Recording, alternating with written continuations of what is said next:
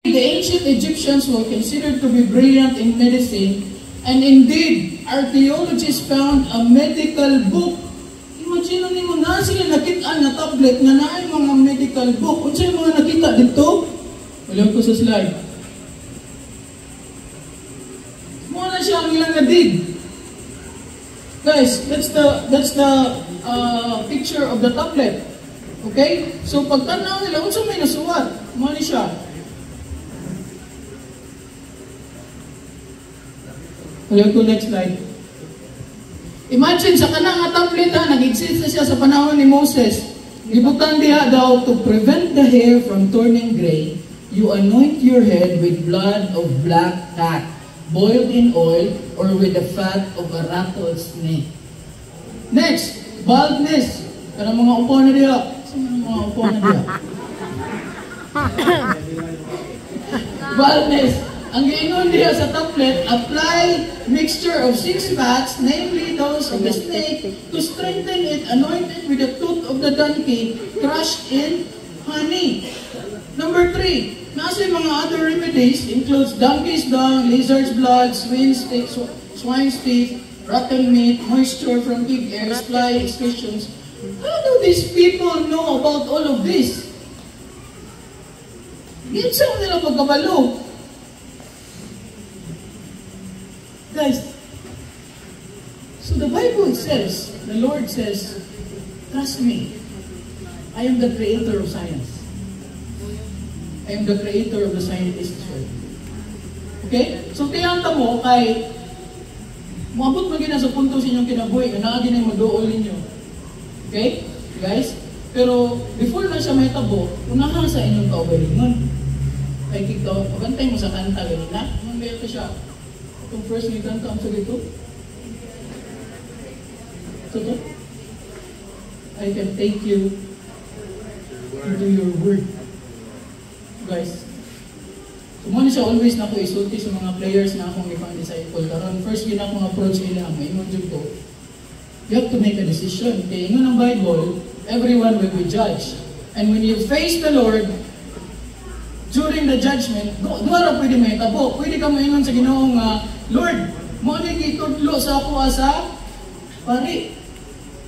Ni mo ni akong gikinabuhi kay ningon man sila kung ano kung sa imong namatan, mo na gid ang imong kamatyan. Niya Lord, namatay na ko na pero mo gyapon ni ang ako ang isulti sa imong ha. So asa ka nakabase sa imong beliefs? Sa pari. So ako silang ingon, asa may mas makakita ka nga safe? Maingon ka nga, mao niya akong gifile sa pari or maingon ka Lord, mao niya akong gifile sa inyong libro.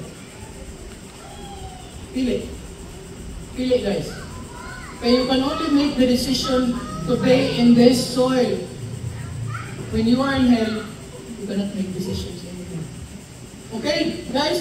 So muna siya nahitabo sa kining tablet na nakita. So ang tablet, nangisi tingali ang mga scientists, kaya ingon sila, ang Bible is against science. But because of this discovery, nakita na to ang Ginoo is the creator of science. Astronomy. Guys, let's talk about astronomy. Ancient Egyptians believed the thought that the earth was supported by 5 marble pillars. Ingon sila, ang kalibutan ko no kana ako ni ga-support niya pillars mao nang nakatindog siya. Nya naa sa mga tinuoang buktot sa una, ingon sa sila nga ang mga Hindus nga ang kalibutan ko no kay gitungtong sa elepante. Kung anong kumuyog ang elepante, nalinog. Okay? Mo na yung mga believe.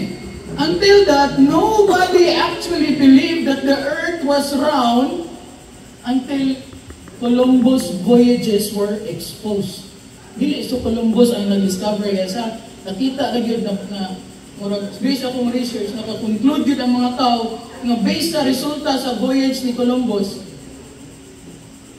the earth is round. So where do they credit that kanang conclusion? Asa nila gi-credit? The Bible already confirmed before po itong voyage ni Columbus, before pa mga Hindus ngayon na naana sa layo sa mga elepante ang kalibutan, Job and sa ganina, Makita na to guys, si Job o si Isaiah, nag-ingon na nadaan sa Job 26:7. Ang sige ingon ni Job, he stretches out to the north over empty space, he hangs the earth on nothing. Ingon si Job, ang kalibutan, wala na siya nagbitay sa usa ka butang. And then Isaiah also said that the earth was round. He sits enthroned above the circle of the earth. Circle lang giingon ni Isaiah. Ingon si Job, wala na siya naka-incline sa usa ka butang. Guys, kano saan nila na-discovered during the voyages of Columbus? Isa may naguna, ang Bible or si Columbus?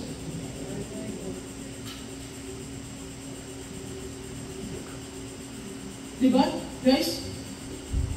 So until mutuo ka nga, kanang mga utok sa mga bright ng mga tao karon, yun sila bright kayo sila, pero di sila mutuo Ginoo. No. Mo na akong na-notice. Mitikuloso kayo ang mga scientists, pero ang Bible wala gid nila research og taro. Ni conclude na sila nga it's against me. It's against science. Okay? So, historical accuracy, guys. The Bible records the fact that Moses wrote the 5 books of the Bible. And Jesus even verified that in the New Testament. Kay internal evidence naman na itong i-check karon. Diba? Si Moses, naingon siya, ako ang nagsuwat sa 5 books.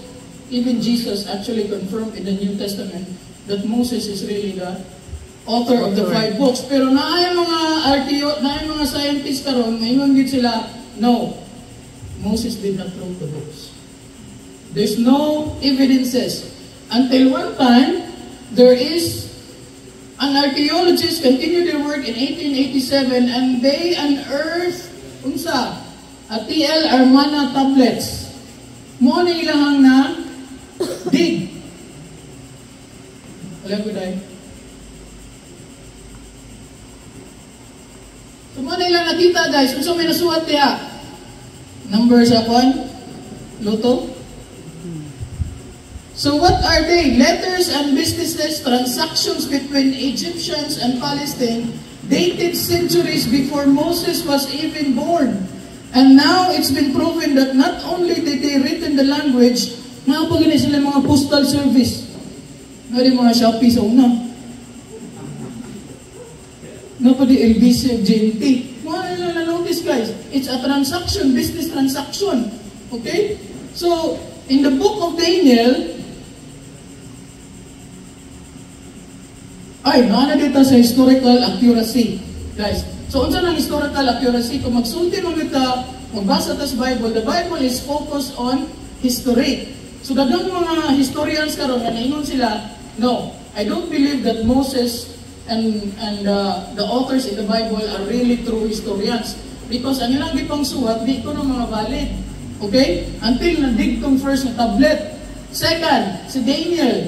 Si Daniel Manggod, tanaw na ito ang gisuwat ni Daniel. Sa 5:16, ingon siya, and I have heard you that you give interpretation and explain enigmas. Now, if you can read the writing and make known to its interpretation, you should be clothed with purple and have a chain of gold in the kingdom. Muna siya ang gisuwat ni angel about the story of Belshazzar, seeing the handwriting on the wall. For centuries, histories mock that history of methodology, stating that they have no Babylonian records which show that the last king of Babylon dili si Belshazzar.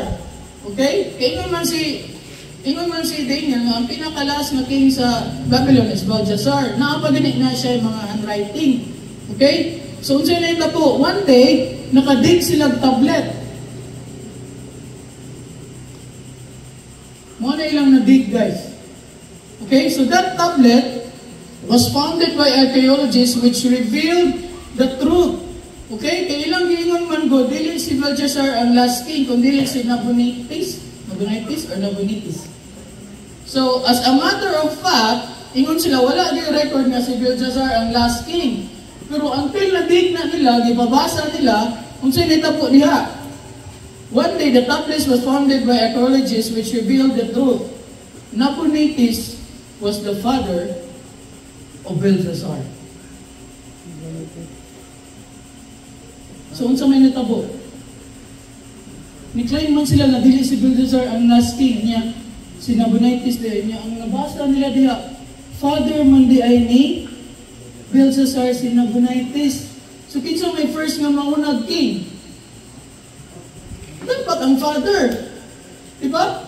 So sakto ginagisuat ni Daniel. Nag-una si Nabonidus, ikaduha si Belshazzar, kay iyang ang papa si Nabonidus, mo na siya ang nasuwat diha. So, nangangha. Okay? So, palpal ang mga archaeologists na nag-ingon na Daniel is not a valid historian. Napayusa si Luke. Lahi kami ang case ni Luke. So, in late 1800s, guys, nayusa ka well-known na tao. I'm not sure if he's also a historian. Yung name si William Ramsey. Na ito, kaliyang ko dahil. Ang giingon na rin archaeologist na gid siya o historian. Siyang giingon, bastos kayo yung isulti guys. Ingon siya, he was a professor of humanities in Aberdeen University. He was considered to be the world's most eminent scholar. Grabe siya ka, proven sa iyang field. Iyang giingon, the Book of Acts is highly imaginative and carefully colored account of primitive Christianity. Ingon siya, primitive Christianity mo na, tawa mo sa primitive. Kita mo ito sa science, itong mga unggoy nga nagdadagkuhan. Yun sa Bible ko na itong mga tawana, primitive. Grabe siya ka, old and true. In the essence of my knowledge of history, ingon siya, I have no respect for Luke. Siya, wala respeto ni Luke. Iyang isuwat, primitive. Pero kung sa'yo nito po, after years of archaeological research, ni Ato man siya Middle East. Ambot. Ngano nakato siya Middle East, nag-research siya dito. Ang Ginoo tingali ang nagkuhan niya. Pwede ba si Luke ang nagsuwat sa Book of Luke? Isa may kasuwat sa Book of Luke eh. Ang Ginoo. Diba?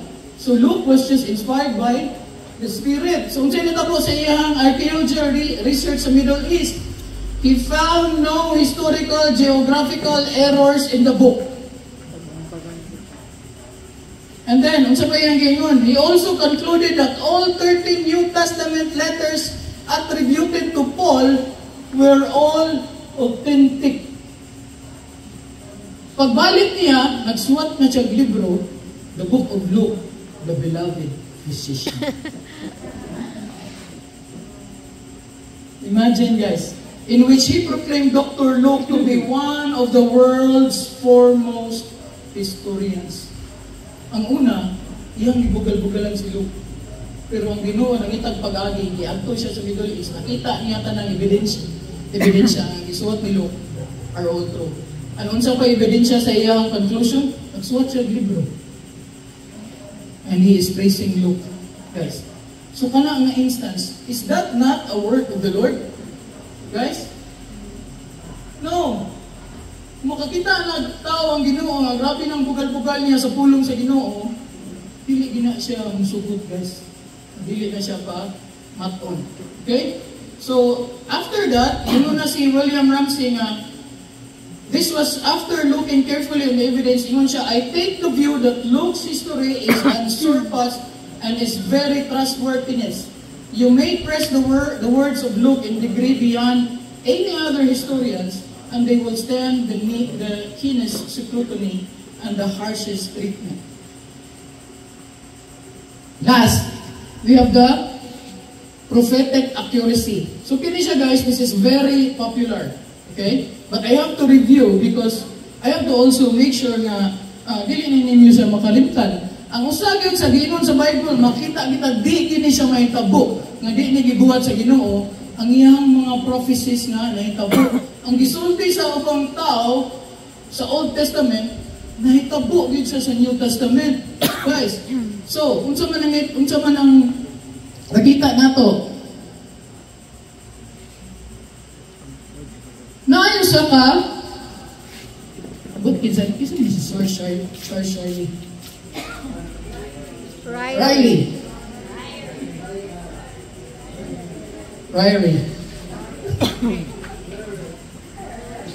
Okay, so Dr. Charles Riley, morning ni Dr. Charles, katong last na ko nga mathematician nga gi-intro sa inyong lahi sa to. Sa ito, naka-remember po mga to?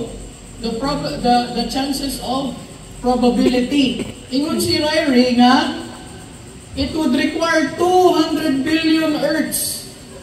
Kinahanglan daw ka mubuhat og 2 billion Earths, and each of the Earth, kinahanglan mo musud siya og 4 billion people. Mao na siya ang probability sa usa ka tawo nga maka-achieve og 100 prophecies without any errors. Ingon siya, ang nabuhat sa Bible, katingalahan. Kaya kining ipangsulti sa una nga mahitabo karon, kung naay 100 ani nga mahitabo tinuoray, ang probability daw kinahanglan magbuhat ang tao og pila ka bilyon nga kalibutan, 200 billion Earths, and it has to be populated by 4 billion people. 100 ra ka prophecies ha. Nya pila man ka prophecies ang gibuhat ni Jesus Christ, guys? 300. 300 prophecies about Jesus Christ. Iyang i-fulfill tanan. So dili Ginoo si Jesus Christ. The Bible contains 2,500 prophecies. 2,000 ana, guys, na hitabo na. 300 ana ang Jesus Christ. Ang 500 kuno, mao nga lang na siya ang mahitabo sa Revelation. The prophecy about kung sa'y mahitabo, inibalik niya. Ang 2,000 human na. Guys, 500 na lang itong gibuhat. Okay? So some scholars identify that over 300 prophecies about Jesus Christ in the Old Testament happened. Unsa man na, ang giingon ni Isaiah that he would be born in a virgin.